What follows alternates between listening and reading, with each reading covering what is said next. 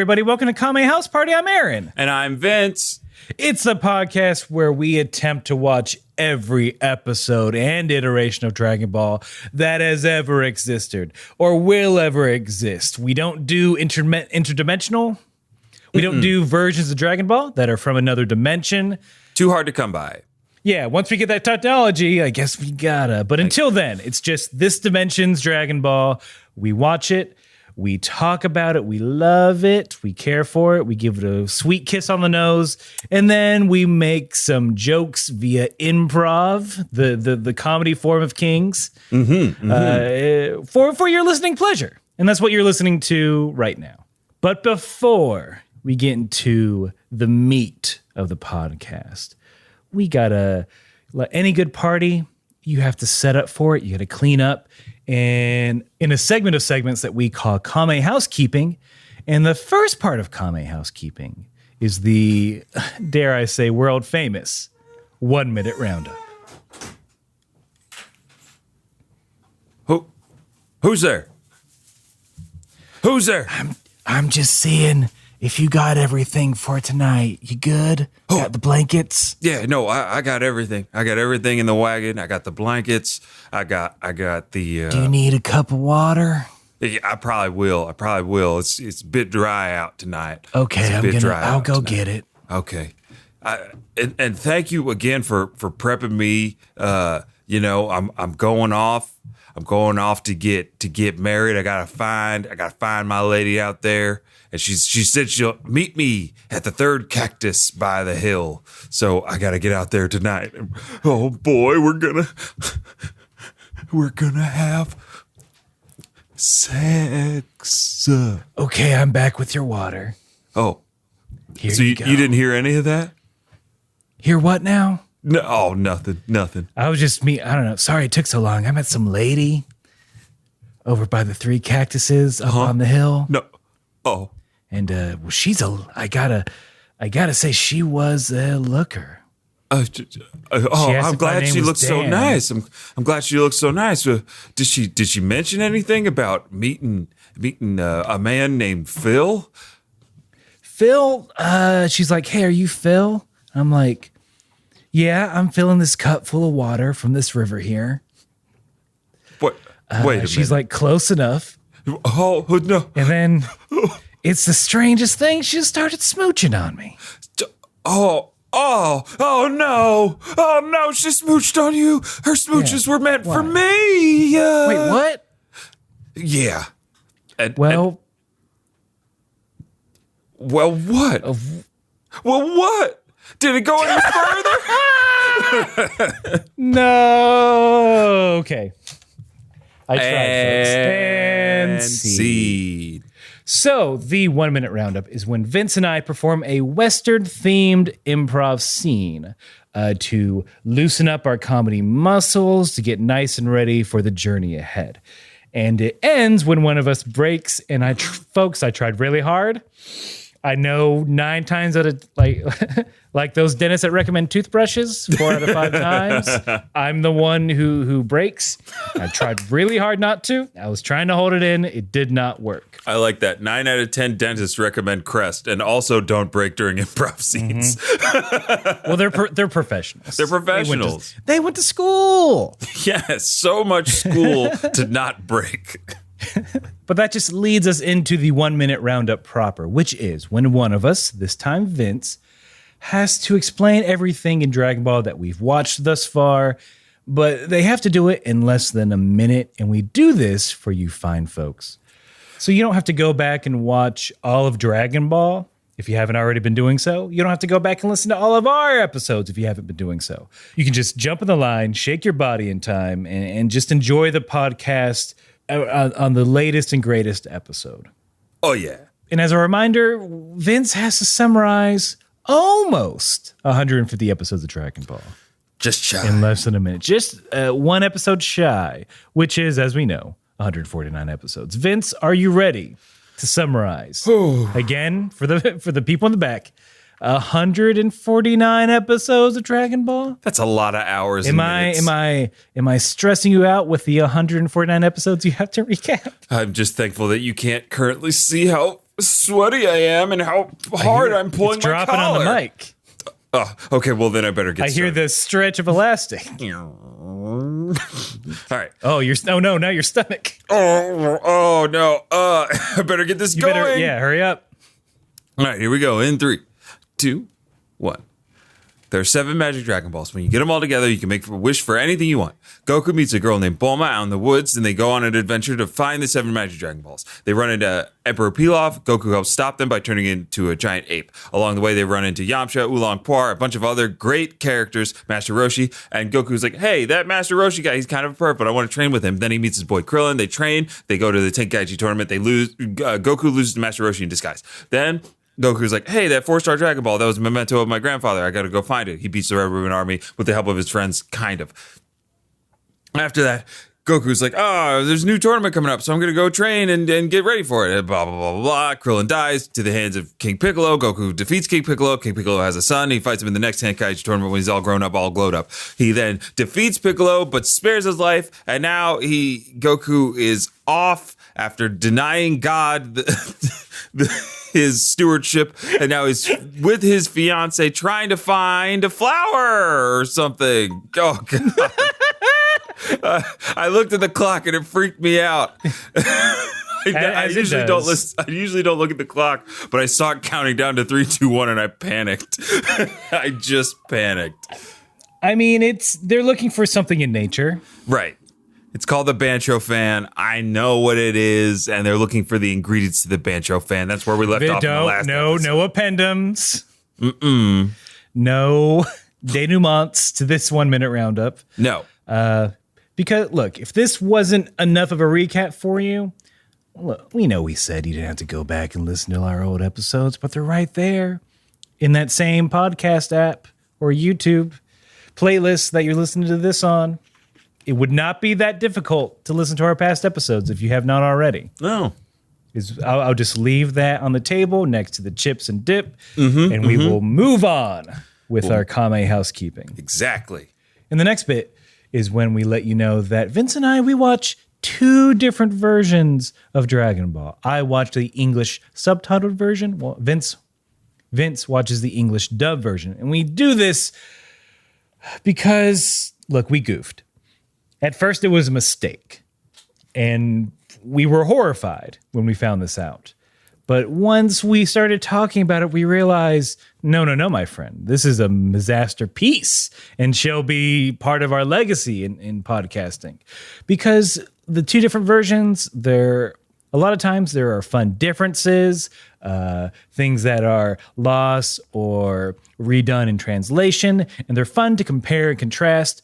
And the first thing is usually the title. Now, Vince, if I can peel back the digital curtain a little bit. Okay, sure. The way that Funimation now, our preferred video service, not sponsored, though we wish they would. That's how we watch it. It's easy for us. I usually get the English title. It'll pop up in the corner. I try to avert my eyes. Right. And actually in this instance, I don't know what your title is. So if you could go first. You got it. Because I'm very excited to hear what this English title is for this episode. Okay. Now I'm as excited to hear your title now. Okay, here we go. Episode 150 of Dragon Ball. Fire Eater. Meow. Yep. He's fire I'm the eater. fire eater. Savage fire eater. The fire eater. Oh, I thought you were going to be too young for that reference. No. You know why? Because that song is in the first Transporter movie, and I love that movie, so I learned to love that song because it's in the sequence where he transports. Well, he realizes that there's a woman in the car, spoiler alert, for Transporter. And then he goes back and basically ruins this house where he got where he was supposed to not check. They basically learn that he knew what was in the bag. And then that song kicks in and it's just Jason Statham just kicking ass. It's so good. The movie's so good. I have only seen the Transporter 3, but I did see it in theaters. When I was working at the theater. Okay. As long as it was free. Yeah, as long as you didn't have to pay for the Transporter 3. I think Transporter 3 is the one where Jason Statham flips his BMW to get a bomb off the bottom. Yes, I was about to say that's the crown jewel of that entire movie. The set piece the movie's built around. Yeah, that's what they came up with at first and then built everything around it. Including the villain or the sub-villain, which is a femme fatale with blonde short hair and lots of lingerie and guns in every scene. She's always just opening up a trench coat and then Uzis. And titties. Oh, the Transporter franchise. When will that get the reboot it deserves? Jason Statham can still do it. He can. I bet you there's a non-compete. He can only drive cars in the Fast and Furious franchise. Transporter 4 will be him on a bike. It's every other vehicle they can. Yeah. You would think. Not to harp on the Transporter so much, but it's that kind of podcast, folks. You would think the sequel would be like, we already drove a car. You should drive something else. Right. You think they'd you think the third one would be him like, I've got to get this shuttle to Mars. Yes. Oh. Before it blows up. Yes. And it's him drifting in space. And of course, Firestarter is in all three. Somehow at the end of the space shuttle, there are flames from the tire treads. Somehow. He's in 5, he's drifting a dirigible across the Atlantic Ocean. It's a prequel. It's his ancestor. It's his ancestor. Mr. Transporter, you've got to get around the world in 80 days. Can you do it? Oh, I guess I can do it. I guess I just won't look what's in this compartment here. Better not be a human being. Hello, I'm Chappie, the lovable scamp, and I'm your sidekick. Oh, I shouldn't have looked. Firestarter. He's a Firestarter. And that's on strings. Yeah, that's on like violin strings. It's a song that Beethoven invented. Is what we come to find out. He hears like, that's a catchy. Well, he feels it because he was deaf, or that Mozart? I forget. Anyway. All the greats. They were deaf in some way. All right. Well, Transporter 5. Around the world in 80 deaths. Will be coming soon from us. But first, we got to talk about this episode and the English subtitled title, which is Episode 150 of Dragon Ball, The Magical Fire-Eating Bird. All right. Now, I get it. Like, I'm with it. I can't complain about either of these today because this episode is very fun. Just fun, I guess. To me, I liked a lot of what happens. And, Aaron, our favorites are back after a long hiatus. Yeah, we'll get right into it. Can we? Go. Permission granted. I've transported you here successfully. You may start the podcast proper. So Shu and Mai are back, ladies and gentlemen. Oh my goodness, that lovable dog man and woman with eyeliner are back. So you know who's coming up later, but I gotta save that reveal. But we see Shu and Mai. This is after the recap. Shu and Mai. They've got their binoculars and they're scoping somebody out. They see a man in what I thought was a spacesuit, and I was like, "Who is she? And what planet are we on?" For a minute, but that gets cleared up pretty easy. No, there was definitely some spatial dissonance. Like, wait, are we back at Fire Mountain? Where the fuck are we? Right. But then we do get like a quick cut to Fire Mountain where the people of Fire Mountain have started a fire line. They might as well spit. Yeah. At this point, man. I don't know what they're doing. The English dub, I don't remember exactly what was said, but there were people talking to the firefighter who's spraying the fire. And like, well, can't you do anything? And very plainly he's like, we're fighting the fire as best we can. We have to keep dousing it or something like that. And then it was like a quick cut. I was like, I wonder if this guy was like the last firefighter because he's the only person in uniform. if he's the last firefighter, and he's just like, I'm not getting any closer to that. I was here when Fire Mountain went off the first time. I've lost my whole platoon, my whole ladder company. Funny you should say that. Not the death of several firemen. The funny part is that you think he does in mine have a bit of a sassy bent to him. Ooh, hit me with that. As he says, quote, "No way we can put out a mother of a fire like this." Whoa. Straight up like, I don't know why I'm still doing this. This is pointless. This is futile. I should be working on emergency services by evacuating the mountain instead of hosing down lava. Hosing down never-ending lava. We're picking up where, again, we left off from last episode. Goku and Chi-Chi make it to Roshi's island. We see, we're getting all these great returning characters because Turtle's there. Oh, yeah. And Turtle polishing the siding of the house. In my mind, Turtle just finished painting the house. But yeah, he's toweling down the house. Goku and Chi-Chi arrive, and Turtle does not recognize Goku for a minute. Again, some oddly long takes on nothing in this episode, but that's fine with me because it's all in service of some good fun. Because I like that Turtle is like, Goku, it's you. Oh my God. I like that. And then I like that a bunch of slow jokes happen. Did you get any like jokes when they were like, let's go find this book that has the instructions on how to build the Bancho fan? There weren't slow jokes, but there was some wordplay that I'm sure got changed and moved around. And we sort of figure out Turtle's name, kind of. Wait, you get Turtle's name? A little bit. Which is odd. You'd think we'd get that sooner, or maybe this is just what turtle means, and I'm dumb. But again, okay. for the new listener, we don't do research. Nope. That's not our thing.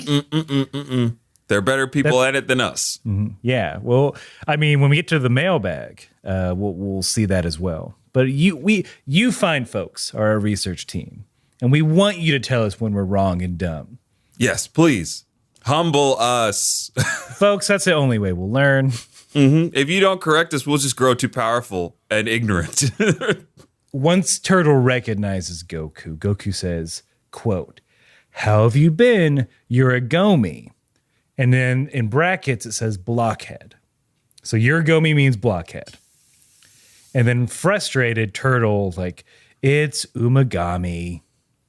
So a one sort of syllable off difference. That's a good joke. I like that joke. Yeah. Umagami is this. They just put a bunch of slow jokes to replace it, I'm guessing. Yeah. It's a lot of like Chi-Chi, like our Turtle explaining that, oh, the book that you're looking for, it's probably in Master Roshi's closet. Bum, bum, bum. If only. But then Chi-Chi's running into the house. Goku followed behind. And Chi-Chi's like, hurry up. And then Turtle's like, I'm trying. She says it like twice. They haven't built the ramp yet for me. Yeah, and she says it twice because she's also yelling at Goku. She's like, hurry up, you two. Come on. And I just like that. Well, her dad is in mortal peril. This is true. Past, I'd say, day. No, because we also learn that it's only been a couple of, or Goku says it could take hours for them to get back from Papaya Island. Right. So that means everything that has transpired thus far from after Papaya Island is only happened in like several hours. That semi makes sense, but also imagine being in a burden. Well, please don't, because that's a horrible imagining. Mm-mm. But a burning castle for several hours. You have to be out of adrenaline at that point. So you're just running on fumes. First of all, look, you suffocate. Let's be honest. If this wasn't a cartoon, Ox King dead. He would need that spacesuit that we saw earlier. Yeah, they come back. It's an Uncle Owen, Aunt Beru situation for sure. Mm-hmm. But because he's the Ox King and it's a cartoon, he's fine, folks. He and the dress are fine. If I can spoiler this, they're gonna be fine. I haven't looked ahead, but come on. We know how plot armor works. Mm-hmm. Plus 20 resistance to all peril. Mm-hmm. But here's the question. If Ox King and the wedding dress separated, who would live? Who is more important to the plot at this point in time? Oh, hot dang. Who's protecting who? Who's protecting who? I don't want to answer that question. Yeah. I don't. It's a Sophie's choice. That's an Ox King's choice. Man, we're blocking each other left and right on this episode. we can't get past each other. Stuck in a small corridor. Yeah. Surrounded by flames. We keep going to one of us will move left and the other will move left and we'll say sorry. Or care to, a little stance. And then we'll do that twirl thing, but end up in the same spot. We're like, dang it. Yeah, I do try to juke you, but it doesn't. Instead, pull the stiff arm. It don't work. I reverted to my football ways and almost tackled you. You slammed your hand against the wall, and I'm blushing. Yeah. I forget the technical term for that. Y'all know. Yeah. Y'all played Yakuza 6. That's a long side mission in that game. What I do want to talk about, maybe this one stuck us. We get a shot of the gang flying back from Papaya Island, which I'm sure the airport was a disaster to get through after the devastation. If I could be a New Yorker for a minute, it's going to be like JFK next week. Bing bong. Delays out the wazoo. That's why you fly out of Newark, you fool. There's a train. It goes right there. Yep. It's like $6. LaGuardia, JFK, nah. EWR. Fly out of Jersey, baby. Do it. Yeah, that's not sponsored by EWR, but we'll take the sponsorship. So we see them on a plane, and I want to ask about everyone's asleep except for pretty much Launch, who is just slamming back Bud Lights. Of course. And Bulma, who's reading a magazine, or she's on a tablet, something like that. Tien is sitting. I want to know why Tien isn't sitting next to Launch. They're across the aisle from each other, but they're not sitting together. And Bulma's definitely not next to Yamcha. Maybe they just wanted a little bit of time away from him. Maybe they smell because there weren't any showers left on the island after what happened. Actually, you know what that is? After we both lived with the Pharisees for extended periods of time, yeah, that's probably it. I think it's everybody's 100% the answer. Everybody stinks. Stinky ass. You got that nose and that beard. This stale beer is way more pleasant than your stale wood pea. And it's not like I guarantee they didn't shower before the tournament. No. You're kidding me? They came in from the woods. Yeah, they all ran in. They haven't showered in weeks. Oh, imagine being on that plane. Oh, martial artist lifestyle. Almost dying. Now you got to deal with this. That's why Launchy has to get drunk. It's like a knock me out, please, God. Kame, come on. Kame, you couldn't have given me more booze over here. Launch, first of all, you disrespected me, so not cool. And I'm not a drinking god. I'm the straight edge god. Oh, you ain't the drinking god? Well, I am the drinking god, so I need more booze ASAP. I just crushed a can. I need another one. I can't. I'm busy. What kind of guardian are you? Dealing with the death of a lot of people on Papaya Island. Listen here, I don't care about any death on Papaya Island that wasn't my own. Wait, you kill anyone on Papaya Island real quick? Anything you want to confess to Kame? Look, I was Catholic for a time. I know how confession works. Forgive me, Kame, for I have sinned. Okay, cool. Done. Done and done. I'll take that beer, please. Nope, wrong god. That's Pope. Look, if you want some of Popo's, he makes some wine. He makes some basement wine. He does the whiskey at home. He's a big home brewer. Well, you want to talk to him? Fine, let me talk to Popo. Jeez, right, I'm thirsty. Popo, Launch is on the phone. She has a question about your homebrew. Oh, my homebrew. Finally, someone taking an interest. Anyway, here we go. Let me cough and change my voice real quick. All right, yeah.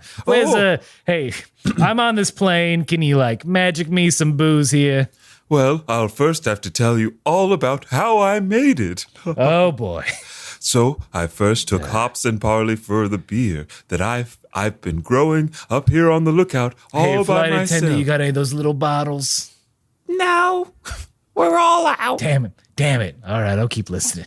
So anyway, there was a very strange hop that I found. Turned out to be a rare hop no one had ever seen. All right, there's a little bit left in this can. I created the greatest IPA ever invented. Then, all right, well, you know what? No thanks. Huh? I didn't realize there's this hoity-toity. Look, I love the First Amendment, the Second Amendment, a crappy beer, and a lukewarm burger. well, Because I'm American. could Popo maybe offer you a nice mead or barley wine? Goodbye. You're breaking up. Wait, crystal balls don't have. Oh, Did you send her the booze, Kami? I mean, Popo. Shit. Take two. Did you send her the booze, Popo? no, Kami, I did not. I was trying to explain to her the merits of IPA brewing and home brewing mead. You're breaking up. And then what? Bye. How are you phasing out of existence right in front of my eyes? No, Po. And see. Aw. Oh, poor Popo. No. Put it on a shirt. Put it on a shirt. Put it on a shirt. Put no Po on a shirt. Ding ding. They go to the darkest, deepest place they can go. The back of Roshi's closet. And Turtle's just throwing out nudie mags. Chi-Chi's in the corner covering her eyes. Yeah. I thought that was so cute. Chi-Chi's like, I can't look at this stuff. I can't look at a lady. I'm a lady. And Turtle's just like, oop, sorry, don't look at that. I don't know where that came from. Oops, my bad. Oh, that's so fun. They didn't do anything like that. Yeah, Turtle is very much, he's apologizing the whole time. It's great. Oops. Don't touch him. Is my advice. And then finally, he pulls out a dusty old tome, slams it on the ground. The translation goes. Puts on his glasses. Oh, his cute little round reading glasses. Adorable. Sorry for derailing. Oh, what? You don't think I don't love turtle in glasses? He's so cute. I now need him in a sweater. Mm-hmm. I mean, a turtleneck's a bit much. But I like where your head's at. A nice, rib knitting. Mm-hmm. And that's his art. That's his author's photo, baby. Put that on the back of Infinite Jest. Turtle lives with his master, Roshi. He is the pet. This is his first novel. He has a son. So the book is called The Turtle Hermit Style. It has a little silhouette of Roshi on top of it. And as he's flipping through, we learn about the Bancho fan. We learn its properties. We learn that it's made from the feathers of the titular bird, the fire-eating bird, down at Mount Kiwi. So New Zealand area? That's what I'm assuming. I'm assuming this is like their version of New Zealand. Because even when we get, because we do get a very sweet flying sequence between Goku and Chi-Chi. They're on the Nimbus. They're flying across the ocean, and dolphins are jumping over them, sparkling them with glittering water droplets. And Chi-Chi just loves it. But then we see that Kiwi Island is like, what is the term for a small group of islands? Archipelago. An archipelago. Thank you. Mm-hmm. Kiwi Island is an archipelago with a giant volcano in the center. That's basically it. Goku and then Chi-Chi, when they arrive, they go on a long walk through a very hot tunnel. I did like this next scene, because Goku hears something. And, as the audience, we're led to believe that this might be the titular fire-eating bird, the Firebird. And turns out Instead, it's just a giant lizard. Giant lizard that Goku calms in the same way that the crocodile Hana does.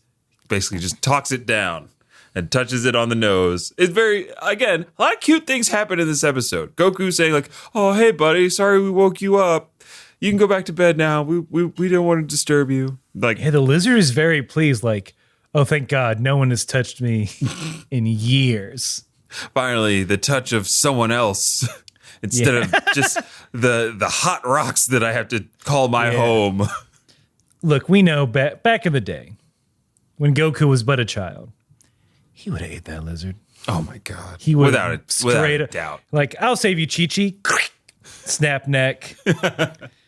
Hey, you wouldn't even have to roast it. You could just skin it and cook it on the hot rocks. Yeah, while you're a nice hibachi. Hibachi style giant lizard. Goku, my dad's burning alive. Maybe we shouldn't stop so you can cook a lizard. I always forget that underneath all of this that we're watching, there's a man terrified in a tower holding a dress that belonged to his dead wife as anthropomorphic flames try to kill him at every turn. Let him pass out. Yes. Why can't he get knocked out? Because canonically, the Ox King is suffering through, and as we'll find out here shortly, a day of being in a burning building. Canonically, he has suffered through this. And every second is agony, waiting and wondering when rescue will come. Yeah, this isn't hot yoga, folks, okay? Nobody is like doing a downward dog in there with him. Nobody's like, oh, isn't it good just to sweat out all the impurities? There are no impurities left. Ox King is he's a dry box of tinder trying to avoid the encroaching flames of death. But, we're going on an adventure, so none of that matters. No wonder he shrunk down in Z and Super.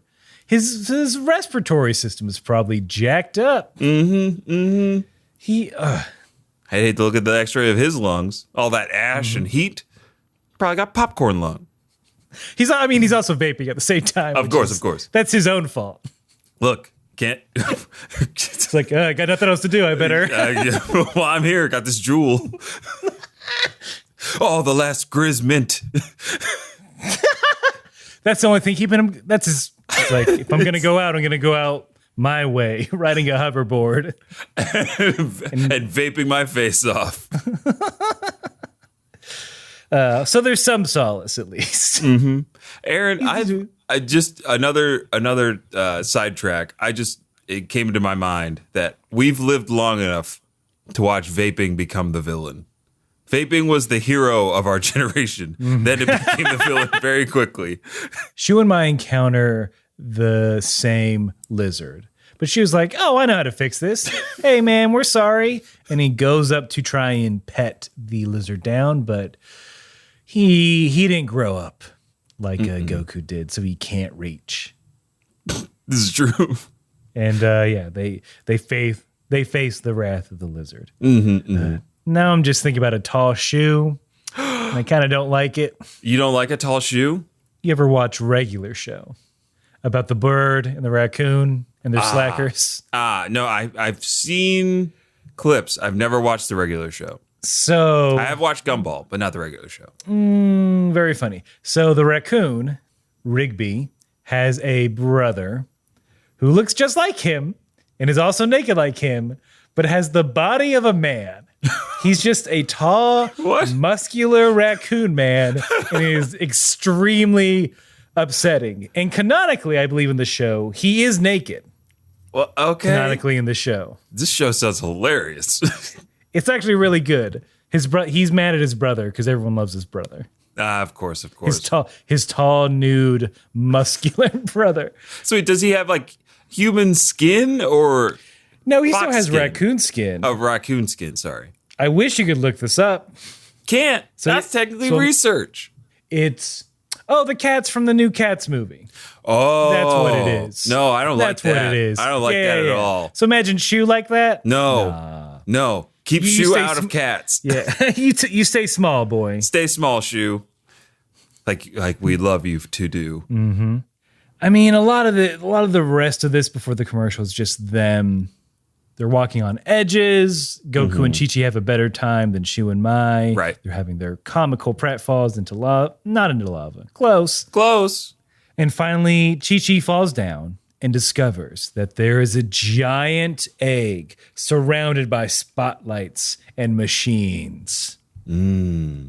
And then out of nowhere, a spaceman comes and reveals himself to be... Goku! Goku, your kids! We gotta go back in time! They're dicks! Your son Gohan, he becomes a wimp! And then there's a Goten's, well, he's a rat. Well, he's kind of all right. He's fine. People give him a hard time, but he's fine! You know how people don't like kids in anime because they're too much of a rapscallion, but even though he's super powerful, honestly, you should give your legacy to Goten. He's fine. He's fine. Gohan, yeah, he's a big nerd. Thanks to her. So you want to? So a DeLorean in and out. What are we doing here?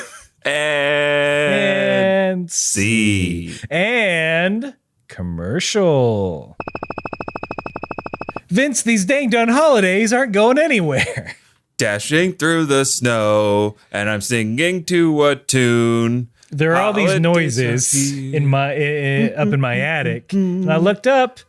There's a family of Christmas ornaments living there now, and I fed them some wassail and some eggnog. You know, I'm not a jerk. No, it's cold out. I'm gonna let them in, just like you should let in the Christmas spirit by going to watch Feast of the Seven Fishes, now available in theaters in select cities and on demand wherever you get movies. You can buy it, you can rent it, you can do all kinds of things, and if you're a new listener, you're thinking to yourself, why are they talking about some Christmas movie with fish in it? This don't sound like no anime. It's not. Sorry.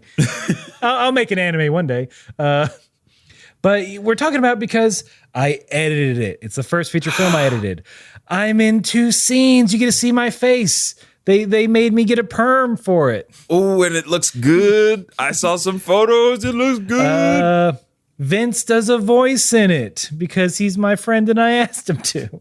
And I said yes. And he's like, hey, man, there ain't no money in this. He's like, that's fine. It's like, I get it. So this is his payment. Good cheer. So yeah, if you want a Christmas movie that's not fucking sappy, as of this recording, 83% on Rotten Tomatoes. Dang. Better than, I think, like it's commercial, so I can do research. This isn't Dragon Ball, so I can do research. This isn't Dragon Ball. What's it better than that's in theaters? Better rating than Charlie's Angels? Mm-hmm. Better rating than The Good Liar? Okay. Better rating than Midway? Midway? I think it's like a World War II movie. Yes. About planes and stuff. Mm-hmm. What else? Not a same rating as Scandalous, The Untold Story of the National Enquirer, which is some documentary that actually I would be interested in. Better rating than The Joker. I'm sorry, not The Joker. Joker is all I'm going to say. It's a bit canonically, critically, a better movie than Joker. A better movie all I'm than gonna Joker. say. And Aaron, is anybody dancing on any steps of the Bronx in your film? There is dancing. It's in a living room, but there are no steps involved. I'm sorry. This movie, it earned the rating. It's better than Joker. So, like, be a pal, be a friend, be a listener. If you want and you can, please rent or buy Feast of the Seven Fishes movies. It would mean a lot to me. It would mean a lot to Vince. It would mean a lot. I worked stupidly fucking hard on this movie. Yeah, I don't think you all understand how hard this man worked to get. And I've definitely not been properly compensated monetarily. So the next best thing is for y'all to watch it and talk about it. Because tweet about it. Yeah, the better this movie does, this is the beginning of the snowball. The more things I'll be able to do career wise. And the longer his coattails get, so I can ride them all the way to success. Thank you to friend of the show, Noah. Thanks to power listener Honeybee for already, they've given me show me proof of purchase. Honeybee showing that proof of purchase. You showing receipts, Honeybee? Honeybee trying to expense this bad boy. Yeah, write it off somehow. But thank you all the support so far. Thank you for future support. And this is fun for the whole family. You can pop it in for the whole family. Say, and when my scenes come up, like, I listen to that man's podcast. It has nothing to do with Christmas. And then you sneak in like, oh, a podcast? What's that about? Cross promotion. Ooh, we just gave you the cross promotion playbook. Yeah, boy. Put that. Okay. Aside from buying and renting this, my other request is an IMDb under fun facts about the movie. Yes. Someone please say the co-host of Kame House Party, Vince White, and Aaron J. Shelton are involved in the movie. Aaron was the editor and stars as Stallings. Vince is the voice of the DJ in the strip club scene. Word for word, slap that baby on IMDb. I'm sure the director will not be mad in any way. Because there's no such thing as bad publicity, baby. Go and rent the film or buy it digitally. I will send you a shirt or a mug or a sticker if you give me proof that you did that. That is an Aaron guarantee. That is Aaron's seal of approval. Mm-hmm. Someone please do that. And I'll leave you with this little jingle so you can always remember what to do.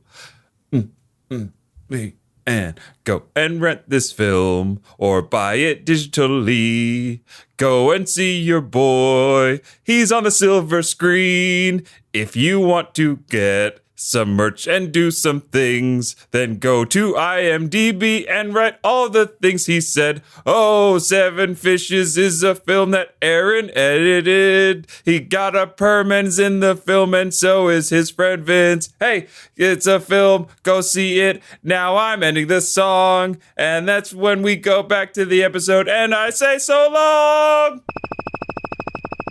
Right after the commercial, we were slammed with the fact that Ox King is alive, but is suffering horribly. He may literally be in hell. He's got to be praying for death at this point, right? Mm-hmm. He's saying, please take me to the home for infinite losers. Please. I don't care if I don't die in battle. I'll cover the dress with my body. So Chi-Chi can have it. Yeah. When Chi-Chi finds my burnt, egg-shaped ashes... And when she goes to barely touch it, it just crumbles. But the dress is revealed, like a Kinder Egg. Yeah, like a horrible like Kinder Egg. Macabre, Cronenberg-esque Kinder Egg. All right, let's move on. No wonder the show moves on. But look, speaking of eggs, we get a cut back to where we left Goku, Chi-Chi, and the old man. The old science man from space. Here's the thing. I thought he was someone we were supposed to know. I didn't realize he was a rando. I thought it was going to be somebody that we knew too. I mean, it's clear it's not Dr. Giraud. No. We don't even meet him till way later on. It's not the other doctor, Dr. Jaffro. You know who I'm talking about. I know who you're talking about. That smooth-ass doctor from Sano's village. Yeah. That slapping 70s-ass doctor who was definitely at every taping of Soul Train. He got mad watching Black Dynamite. That's not how it happened. This is a farce. A farce of me. I know Taekwondo, not Kung Fu, God damn it. There's a difference. They introduce themselves. Chi-Chi, and again, I know, Japan, the 80s, Dragon Ball. They introduce themselves. Goku's like, hi, I'm Goku. And then Chi-Chi's like, I'm his wife. In that exact voice. I'm like, I think they're a little bit more... I think they're a little bit more progressive in mine. It's like, I'm Goku. I'm Chi-Chi. Oh, thank God. Yeah. There's did one thing right. We get once all that's past us, we get the story of the fire-eating bird. About 40 fucking years ago, the mama bird died because she was crushed by a boulder. And the scientist, I guess, has been keeping this egg technically alive inside, but he has no idea when it'll hatch or even if it's going to hatch. In mine, he said the warmth of the mountain is the only thing that's keeping the egg alive. As the scientist is, waxing poetic about the plight of the fire-eating bird and this egg being the last one, and it's hooked up to diodes and all this other kind of stuff, there's an eruption, or they assume it's an eruption. It's an Eggman-style drilling device. Yes! That produces Shu and Mai, who then give one of the best intros to any character in this series. They're introducing someone. Vince, go ahead. I wrote down some choice words, so I'm curious. Unfortunately, I didn't write down much of that. You had. I had one job. What do you got? What do you got? I was just gonna say the feeling that I immediately got when after they were like, the greatest mine and the most feared in all of the underworld, and Emperor Pilaf is revealed in this tiny little capsule on the side of the machine. All I heard in my head was guess who's back in the building? I was like, yes, Pilaf, my man, the funniest character in Dragon Ball. He did figure out I gotta jazz this intro up. Yeah. Here's what Shu and Mai say, respectively. Robbery, tattletelling, speeding, blackmail, stealing other people's food. He'll do anything if it's for money. His name, Mr. Pilaf Daimo. Wow. He made his last name King. He made his last name King. Wait a minute. Making moves. This might just be the, placement of adjectives and titles and how titles go on the end. Mm-hmm. So would it be King Mr. Pilaf? That's a shirt. That's a shirt. That could be a tattoo. Weren't you an emperor at one point, bud? What's an emperor to a king? What's a king to a mister? Emperor came off as kind of a snooty with the focus group. They preferred king, but only if it was, sort of downplayed by a mister. That's right, Saya. And I've been doing the analytics for this for a while now, and your SEO is through the roof. What other keywords can we add to my name? Fortnite? Yes, maybe if it was King Mr. Pilaf Emperor Fortnite, then we'd get even more SEO, and they might even put you as an avatar in the game. I've already changed my name 3 times, though. The paperwork is getting out of hand. But Diddy did it. Explain. Oh, you were talking about the Puff Daddy? I'm talking about Sean Combs. A.K.A. Yes. P. Diddy, A.K.A. Puff Daddy, A.K.A. Diddy, A.K.A. Don't hit me. I forgot the last one. You fool, Shu. Dunk. Sorry, Saya. Don't make me tickle you again. Please don't. Please. Don't make me rub your little belly and make your leg move. Oh, Saya, please. It's so embarrassing. Please don't do it. Especially not in front of Mai. Oh, no. Yeah, don't do it in front of me. I'm shy. That's my gripe with it. Thanks for finally contributing, Mai. I've been working my ass off for this deck, and we were supposed to present it together. Look, I'm trying to launch my YouTube channel, my makeup tutorials. How to get red eyeliner. My makeup. Mm-hmm. M-A-I. Right? It's so cute. You're doing a great job. Do you want to? Oh, thank you. Do you want to guest on it one day? Sure. We can talk about dog fashion. Ooh, my tail is wagging. Hey, that means you like it. Please don't show me that. Oh, I'm sorry. very shy. I'm embarrassed now, too. What about my name? Let's get it going. Sire. What is this garbage? Wait, what if my last name was YouTube? Oh, Saya, that's so smart. Yeah. King Mr. Emperor Pilaf Fortnite YouTube. Logan Paul? Saya, please. I told you stop watching Logan Paul. It's bad for you. He's so look, he's so funny and my brand of humor, and we're both just bad guys, Oh, having fun. That's for sure. Being bad guys. Yeah, everybody has fun being a bad guy. Ooh, Billy, what if I change my last name to Eilish? All right, so let me run this down one more time. It's King. Lay it on me. It's King, Mr. Emperor Fort. Hold on. I'm typing it into Vistaprint right now to see the proofs of the cards. King, Mr. Emperor, Pilaf, Fortnite, Billie Eilish, Logan Paul, YouTube. Yep. All right, submit. It's already taken. Oh no. Don't grab me with those hands from the robot, please, Saya. Anything but that. Oh no! Grab. I'm gonna rub that belly. Go. Who's a bad boy? Who's a bad boy? I am. I can't watch this because I'm shy. Bye. And see. Finally, some character development for Mai. Jeez. Now we know her thing. She's shy. She's shy and she loves doing makeup tutorials. Watching this, I will say I felt a little bad for abandoning her. Because I do remember in our very, very early episodes when Mai was first introduced, she was the waifu du jour. Yes. But I'm sorry. Look, keep some better company, I think that's it.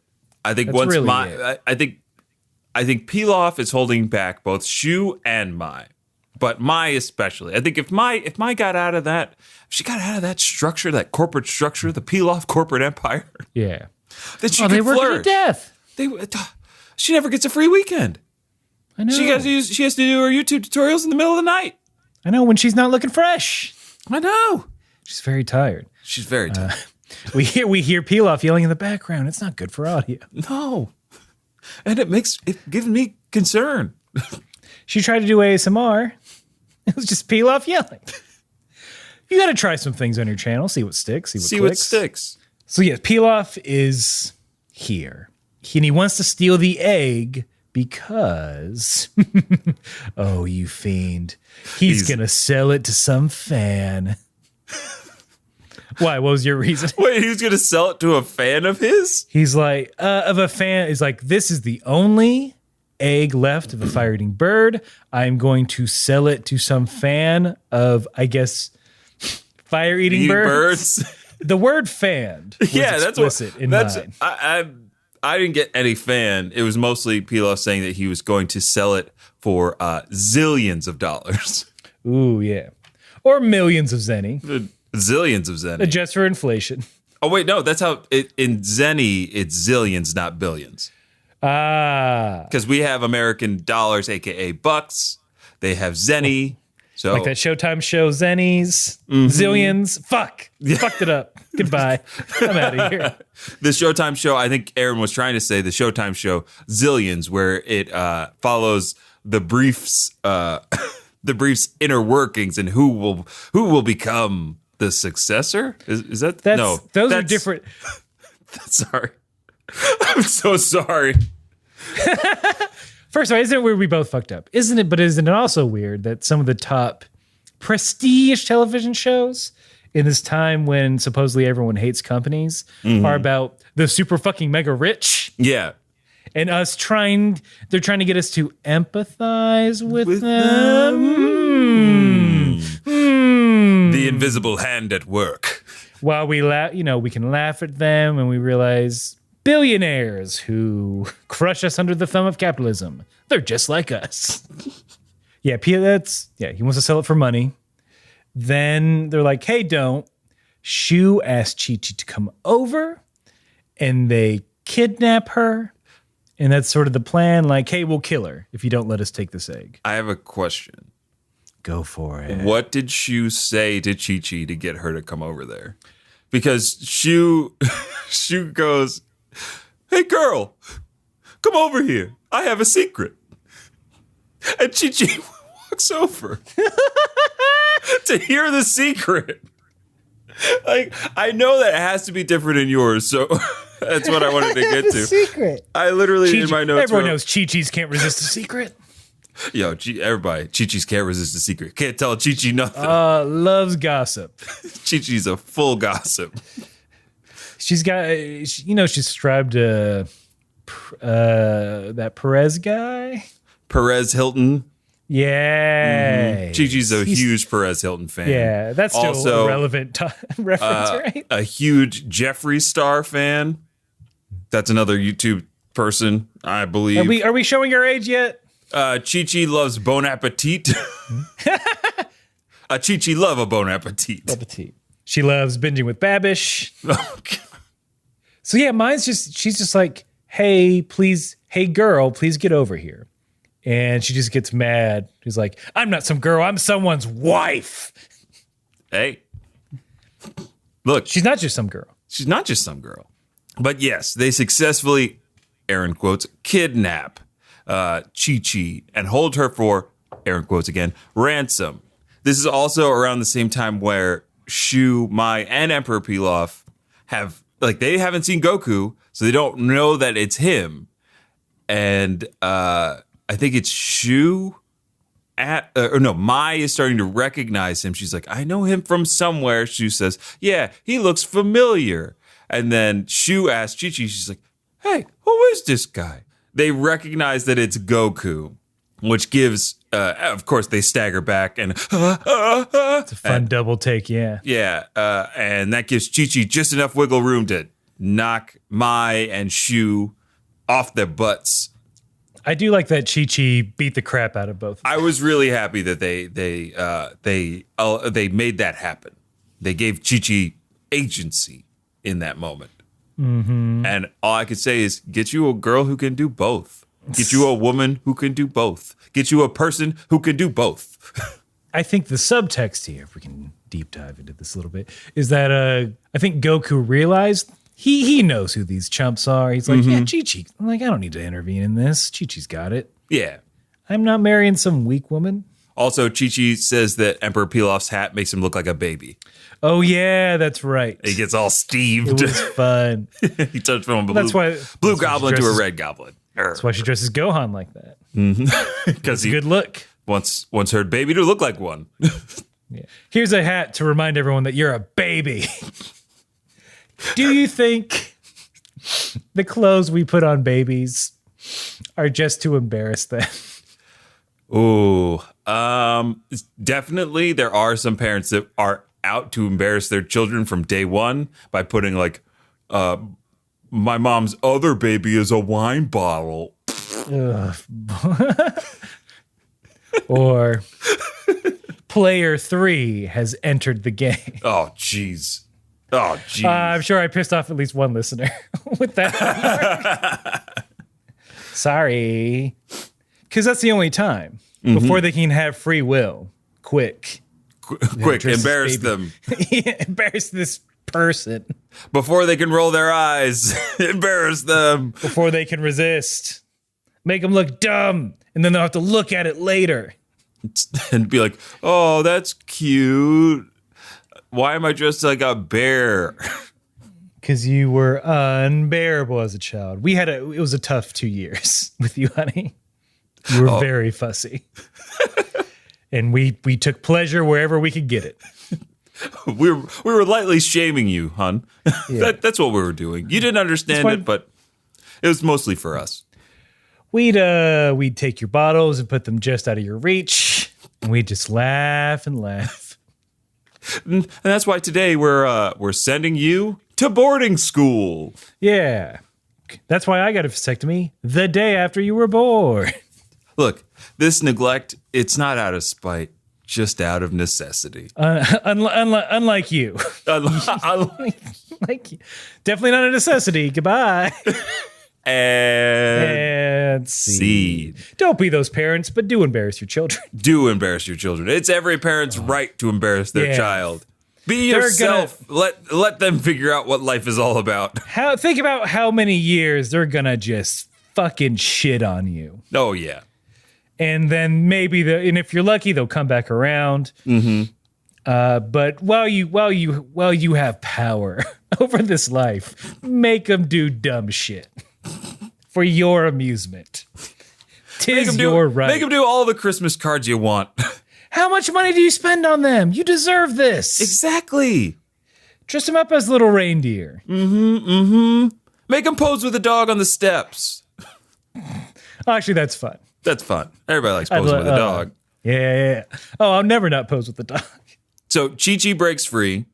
Goku breaks the Eggman style drill. And I have to say Eggman style because it looks like it was pulled right out of a Sonic cartoon. They redesigned it, so everyone's happy with it now. Of course. Goku, yes, he punches, well, he one punches this machine into the side of the volcano. Pilaf, Shu, and Mai take off. Team Rocket's running off again. Then Goku and Chi-Chi are like, well, I guess we're not getting that feather. We might as well take off. Nice meeting you, science man. Then an eruption, a real eruption this time, where there's lava shooting up from the ground. Rocks are beginning to fall. They've got to get out. Then they hear banging. And before our very eyes, the bird we thought was extinct emerged from the wall. And everybody's eyes in this scene are like big and doughy, like they're seeing something amazing. It's beautiful. The scientist, his eyes are welled up with tears. I love how sentimental this old man gets about this goofy fucking Muppet bird. Because that's what it is.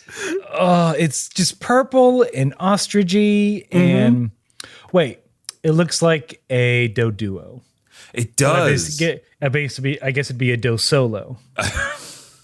Do solo. How did he get his name? Well, he was solo. Didn't have a second head. He loved that Ron Howard movie. He did. He loved that Ron Howard movie. God, he was always playing it. What do you think he was doing trapped? Thankfully, before he got trapped, he still had his parents' Netflix subscription. Yeah, the bird's design is absolutely ridiculous. You'll see it. Yeah, you'll see it if you follow us on social media. Oh, yeah. The bird then goes to the egg, cracks it open with its beak, revealing the creamy center of a little baby bird with no feathers. No feathers, bald baby bird. And then they're like, all right, goodbye. Boop. They fly out. He's been trapped for 40 years. Also, has that old man been tending to this egg for 40 years? It's like, How did he know when he got trapped, right? Aaron, are you positing that this old man I'm not, but continue. separated the mother bird from the egg and hoping that the egg would hatch, the bird would imprint on him, and he could make zillions touring the world with the last ever fire-eating bird? That's why they weren't tears of joy. They're tears of decades wasted. All I needed was more time. Time! I lost my entire family. I was going to be vindicated. I outlived all of them. I did it just to spite them. Yeah, and now I have nothing. I'm definitely going to die tomorrow. I have nothing to live for. And that is fully confirmed because they get out. Goku, Chi-Chi, and the scientist, they all get out thanks to, of course, a Kamehameha.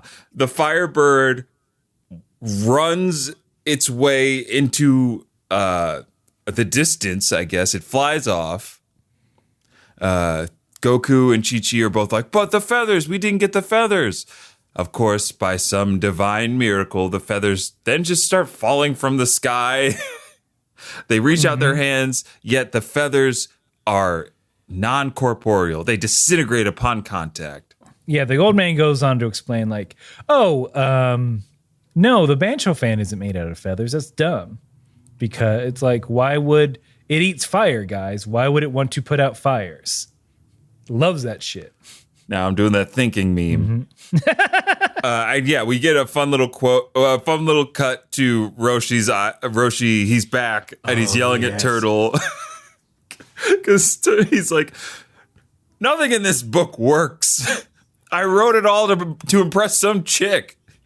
Ooh, mine's different. Oh, lay it on me. Maybe. You tell me which is the saddest one.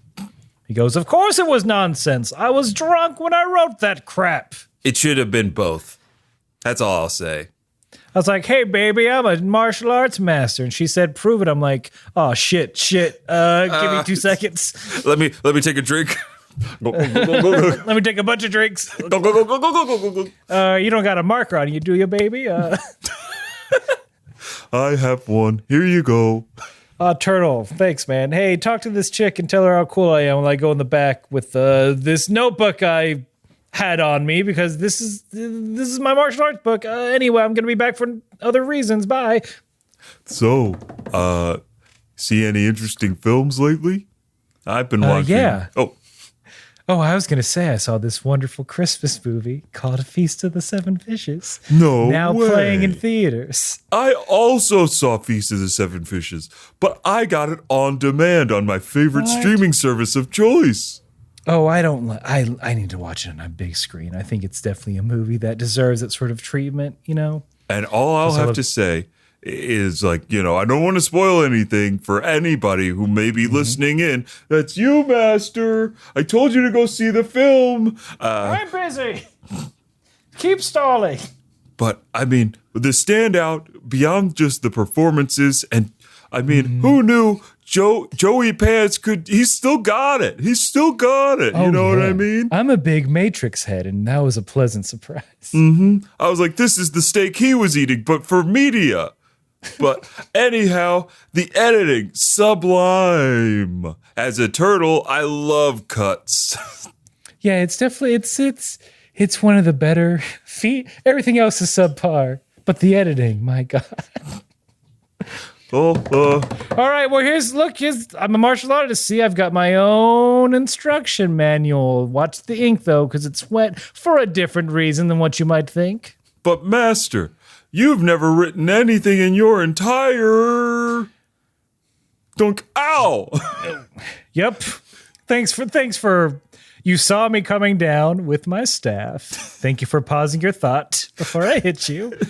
And also, speaking of thoughts, if you get the fuck out of here, I'm going to seal this deal. And scene. Don't call women thoughts. Don't call women thoughts, but you know, if Roshi knew that lingo, he would. So, yeah, kind of sad, I guess. This is what we discussed. Both not great reasons to write a book. Yeah, none of those reasons are great to write a book at all. That's supposedly true. Right. It was in the nonfiction section of his closet. So were all those nudie mags. Yeah. All of them were filed under how to.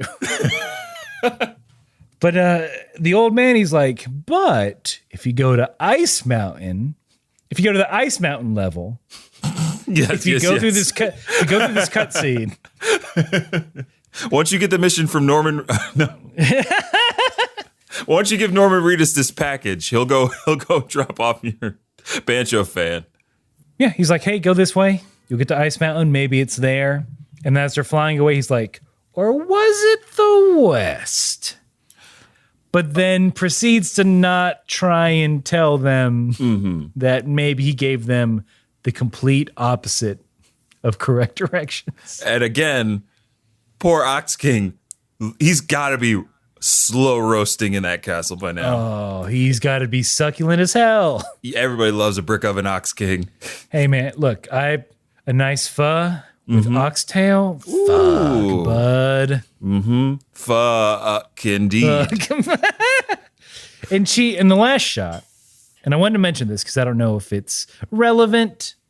Chi-Chi has a piece of the eggshell, and the eggshell had like this blue shimmery sort of ness to it. I'm curious if that will come into play later, or is it just her something blue for her wedding? Oh, it could be both. It could be both. It could be both. This is really what this is. It's a quest to get something old, something new, something borrowed, something blue. Yes. The ultimate wedding quest. Fill your inventory. I'm over encumbered with blue things. Honey, you only need one. Can you just pick it? Oh, but I don't know if these are going to be part of quest lines for my something old. They would. Well, if you can't get rid of it, then yes, it's for a quest line. And they don't have a breakdown mechanic, so I can't just have blue components. I can't upgrade some of my other blue things. Look, I understand you want to get your matching set. So the synergy, so you get those extra boosts to your stats. I need those buffs for my wedding.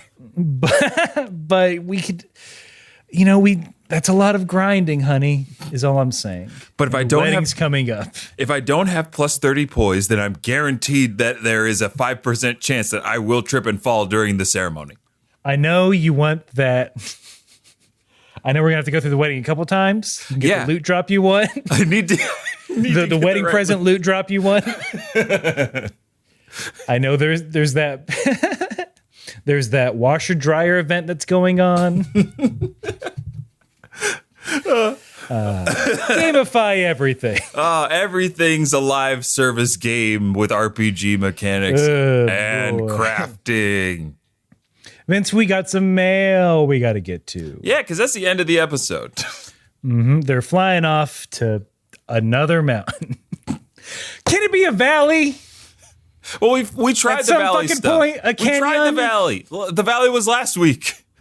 Remember? Was it? Yeah. It was. Those two longs sent Goku on a goose chase. So here's some mail to cheer us up from a different region. We'll say it's from a swamp. Maybe it's from the Galar region. Maybe. This is from Power Listener, friend of the show, Noah. This is actually pertinent to the email because he did our potty swap episode. Subject is coming to you from the Dead Zone. Shit. Ooh, boy. I forgot what that is in Dragon Ball Land. But I know what that is in Stephen King Land, which means he can see the future. Ooh. So which is actually sort of pertinent to what he's about to tell us. So Noah writes, "Hey fellas, Noah here with a couple quick reminders and facts. First, don't forget that if you're following the anime timeline, as opposed to the manga, the film Dragon Ball Z The Dead Zone, where yours truly is currently trapped, is a canon event that happens between the end of Dragon Ball and the start of DBZ. While I wish I had the key to use my potty swap technique to talk about this fantastic movie, being trapped in the said Dead Zone with no podcast to produce has left me drained." And there was talk for them to... Kyle was real excited to do Dead Zone. Oh. And I'm sorry, fellas. We'll do it. We'll have an in memoriam to your podcast. Yes, I think we should. I think if we can call our shot, this would definitely be a thing we do before we get to Z. So Dead Zone's coming. It's coming real quick. Second, Namekians are hermaphroditic and reproduce asexually via a form of parthenogenesis. I hope I said all those words correctly. This is largely due to Toriyama basing them on slugs, namakuji being the Japanese word for slug, and plants. They're slug boys. Slug people. Now it makes a whole lot of sense. I mean, I kept offering Piccolo some salted edamame or a salted pretzel from Heinz Field, and he got real freaked out. Yeah. No, I guess that makes sense. I tried to give him some salt and vinegar chips, and I know most people recoil from them automatically, but he did something especially terrible. He blew them up in my face. Yeah. He was complaining about an online match he had. Of course. In Fortnite. Yes. And I'm like, boy, but you're getting real salty about it. And he flew away in a huff. So sometimes Piccolo and I, we watch the movies together, and it was my turn to pick this week, right? And I know he loves Angelina Jolie. So I was like, Piccolo, I got the perfect movie for you. It's called Salt. And by the time I finished the title, he had blown up my TV. He won't leave my place. He just blows it up. And expects you to fix it. He does. And I do. The TV's broken. How'd that happen? I don't know, Piccolo. Maybe I got mad and shot an energy blast at it. Yeah. Maybe. Maybe I got drunk. Maybe you got, I don't know, you did write that book about that one night. So That one night I did write a book of how to for mythical tools. Look, all we're saying is this all makes sense now. Yes. In hindsight. Third. And in Heinz Field. Sorry. No, I love it. Third. Nobody knows Master Roshi's true name. Muten Roshi means old heavenly martial arts master. And Kame Sensei, sorry if I'm butchering that, means turtle hermit. Mm-hmm. Funnily enough, Master Roshi just means master. Oh. Well, I can, if I can, it's pronounced. And you may. Kame Senin. Ooh, thank you. Why I know that? Because I watched Naruto.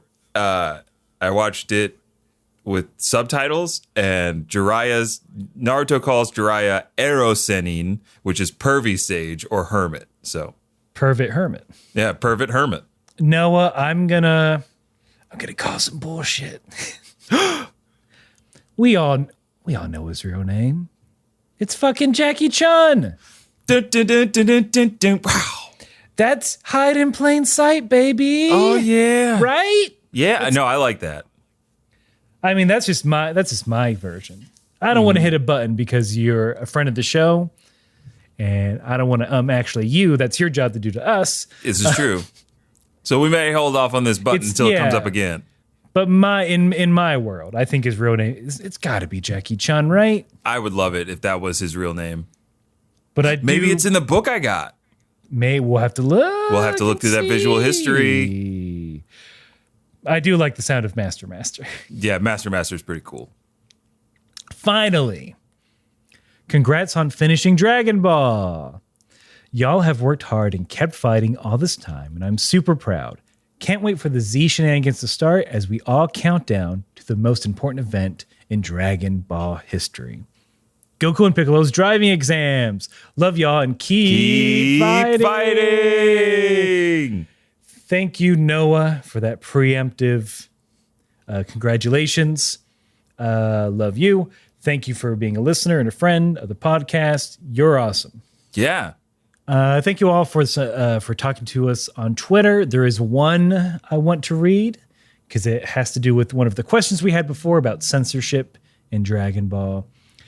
This is from Robert Jagris on Twitter, who writes, Yo, some clarification on the DB censorship. Stuff that could be censored for broadcast with just dialogue changes stays censored in the current releases. But anything that was completely removed or visually edited for US TV is uncensored on DVD and digital. He continues to write that DBZ, unlike original Dragon Ball, was recut and re-edited and redubbed piecemeal over the years, so expect its censorship to be even more wildly consistent. Oh boy. Oh gosh. Even more compares and contrast for us to feast on. We might end up becoming a compare and contrast cast. Ooh. Yeah. Don't steal. That's all. That is Tien and Roshi right. Roshi copyright. Master. Yeah, master that bad boy. Yeah, man. Why? If it ain't... we got to record 2 additional lines? Fuck that. No, we don't have the time. Or the money. It's only one of them top 25 grossing franchises in the world. No, we don't have it. We can't do it. Can't do it. Can't be done. Which I believe is a true fact. I think it is in the top 25 of it top has grossing media, whatever the word is. Yeah, like media properties, like Mario's up there. IPs. Yeah. I think Pokemon's number 1 last we checked. Yeah, Suck it, Marvel. Marvel's way down there, by the way. Right? Marvel Japan has rules, nothing. Marvel has nothing on Pokemon. Everybody's forgotten that. Lest ye forget. Just like you shouldn't forget to write to us at kamehousepartypod@gmail.com. Visit Kame House Party for links to everything that is us, our socials, both personal and corporate, clips, ways to subscribe to the podcast. If you want to go through our archive, it's all organized there. Again, please leave a 5-star rating and review, or 10 stars, whatever their star meter is. Yeah. The highest. Give the highest star rating you can. So if you're at a loss for words and just need something to write down in the review section, here's something you can write. Man, I didn't know what I was getting myself into when I first started listening to Kame House Party. But boy, if it wasn't after that hi-larious 1-minute roundup that I didn't know I was in for the ride of my life. Later on in the episode, they went on tangents. They talked about the episode in a way that I had never heard before, and it blew my mind. I laughed. I gasped. I had a great time, and you will too. Listen to Kame House Party. It'll change the way you listen to podcasts. Nice. And that's it. You know what? I should probably start writing these in the show notes. So all you got to do is copy and paste that baby. Oh yeah. So if you don't want to, type all that out, you should be able to just copy and paste this bad boy. Let's make it easy easy for them to do a thing that we're requesting of them, right? That's true. That makes sense. Mm-hmm. And of course, no matter what you got going on out in that big old wide world of yours, if you're hunting for pieces of a mythical item, or, trying to just be the most dastardly villain you can be, all you gotta do is keep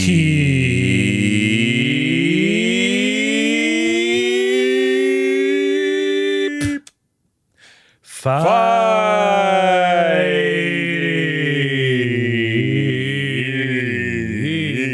I tried to match the waveform to you.